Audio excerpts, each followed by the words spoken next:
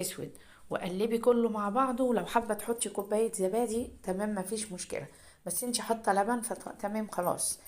هنا التغليفه الاخيره طبعا دقيق، وبنحط عليه نفس البهارات اللي احنا حاطينها على خلطه الاستريبس.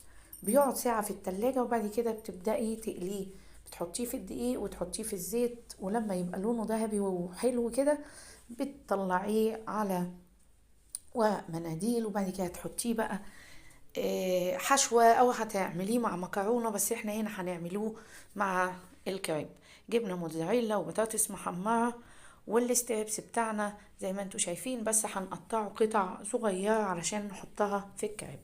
اخدنا واحدة كريب وقسمناها بالنص، وحطينا صوص الكاتشب ومعاه المايونيز، الجبنة موتزاريلا، وحبة بطاطس، وقطع الستريبس هتحطيها زي ما انتي عايزة.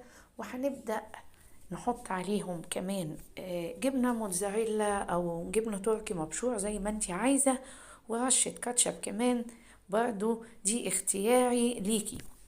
تحطي من فوق ومن تحت تمام، عايزة مرة واحدة بس تمام.